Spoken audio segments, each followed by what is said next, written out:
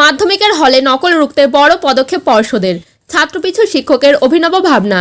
একটি পরীক্ষার ঘরে মাধ্যমিক পরীক্ষা চলাকালীন কতজন শিক্ষক শিক্ষিকা নজরদারির দায়িত্ব পালন করবেন তা নিয়ে বড় সিদ্ধান্ত নিল মধ্যশিক্ষা পর্ষদ।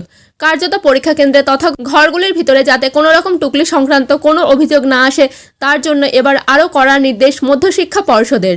পর্ষদ সূত্রে খবর, মাধ্যমিক পরীক্ষা কেন্দ্রগুলির প্রত্যেকটি ঘরে 20 জন ছাত্রপিছু একজন করে নজরদারির দায়িত্বে শিক্ষক থাকবেন।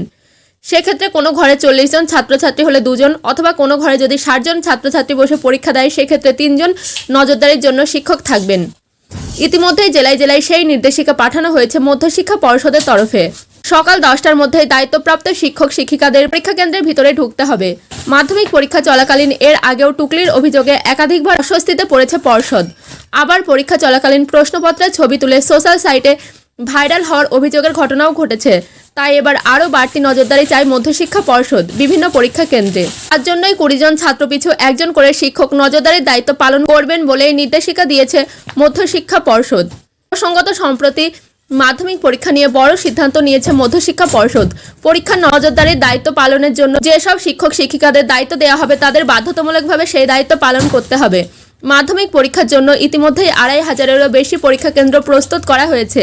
সেই পরীক্ষা কেন্দ্রগুলিতে নজরদারির দায়িত্ব পালনের জন্য পর্যাপ্ত শিক্ষক শিক্ষিকা না থাকলে পার্শ্ববর্তী স্কুলগুলি থেকে পর্যাপ্ত শিক্ষক শিক্ষিকা দায়িত্ব পালনের জন্য নিয়োগ করতে হবে।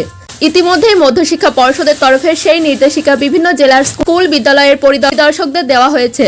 পার্শ্ববর্তী স্কুলগুলি থেকে যেসব শিক্ষক শিক্ষিকাদের এই দায়িত্ব দেওয়া হবে নজরদারির জন্য সেই দায়িত্ব পালনে তারা বাধ্য থাকবেন।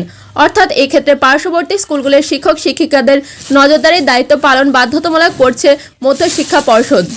এতদিন কার্যত খাতায় কলমে সেই বাধ্যতামূলক ছিল না সংশ্লিষ্ট স্কুলগুলির শিক্ষিকাদের জন্য। পর্ষদের তরফে এও বলা হয়েছে যেসব শিক্ষক শিক্ষিকাদের এই দায়িত্ব দেওয়া হবে তারা সেই দায়িত্ব পালন থেকে অব্যাহতি চাইতে পারবেন না।